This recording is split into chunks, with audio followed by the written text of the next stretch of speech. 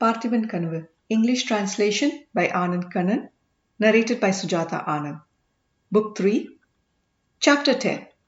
Flash Flood. Some readers may find the dialogue in the last chapter puzzling. They may find references to human sacrifice and skulls repulsive. For those who have studied the history of that era, the information may have been less surprising.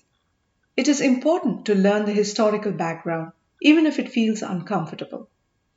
Shaiva and Vaishnava faiths flourished during the times of Mahendravarma Pallava and his son Narasimhavarman. As Jain and Buddhist religions fell into decline, their good aspects were absorbed by Shaivism and Vaishnavism.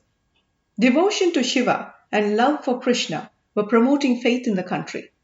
Nayanmars such as Appar and Sambandar and Vaishnavite Alvars spread the faiths through their poetry.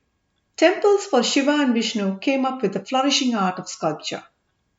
While most of the believers followed such paths of love, there was a minority that believed in such religions as Kapalik, Sakta, and Bhairava, which promoted human sacrifice. These religions flourished underground and promoted blind superstitions. Followers, affected by such superstitions, cut off their own heads in the Kali and Durga temples. They were led by the priests to believe that such sacrifices earned them great privileges in their subsequent births. These religions established Kali and Durga temples in the mountainous regions that were hard to reach. In Mahendra Pallava's days, King Pulikesi attacked the Tamil region. Such religions entered the Tamil region along with Pulikesi's forces. The region faced severe droughts.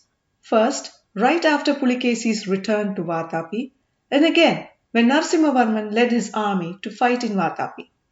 The superstitious faiths involving human sacrifice found more followers during such droughts. Narasimhavarman had been trying to root out such beliefs based on superstition. He had realized that he could not succeed in that goal through threats or punishments.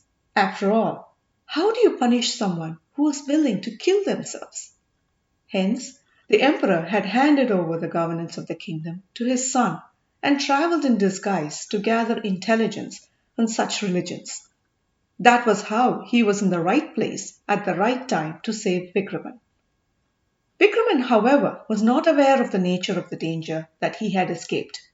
He had been under the belief that he was attacked by bandits. When he took leave from the spy chief, his mind was a whirl of thoughts. He was eager to see his mother. The horse that he borrowed from the spy chief was fast, but he wished it could go faster. Vikraman thought of the spy chief and felt a surge of gratitude for his timely help. He also speculated if a man of such remarkable intelligence might have discovered his identity. Is it possible that he lent me the horse to trap me in some sort of conspiracy? He wondered. Despite these misgivings, the story that the spy chief told of the young love between Narasimhavarman and Sivagami kept coming back to him.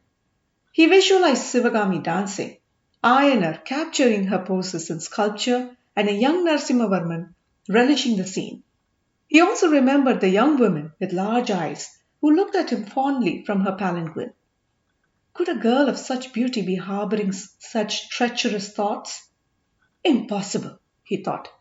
But who is she? The princess or her friend? Amidst such thoughts, he stopped to ask for directions. As the spy chief had indicated, the horse seemed to be taking the right path. This increased the confidence and respect he had on the spy chief. He recalled the spy chief's advice not to travel at night. He decided to stay overnight in a village inn on the way, but his plans ran into trouble before dusk fell. The eastern sky darkened. Dark clouds gathered. Cool wind whipped up dust. The wind brought the smell of drenched earth. Soon it started raining. It was no ordinary rain. It was torrential downpour, accompanied by thunder and lightning. It rained as if all the water accumulated over a long period was rushing down through a large hole in the sky. Drenched and shivering, Vikraman tried to find shelter under a tree for a while. The rain did not stop, He was worried that the dark skies could get darker with nightfall. He decided to travel and look for a temple or an inn to stay at. He came across a river. The water seemed knee-deep. Vikraman thought the water flow may increase if he waited any longer, so he nudged the horse to go on. After he went in, the tide started rising. The horse started being swept by the powerful currents. As Vikraman debated between the alternatives, whether it was safer to go on or to return to the shore he came from, the horse was submerged enough that it had started to swim. Vikraman sensed that he was endangering the horse by staying on it, so he jumped into the river. End of chapter 10.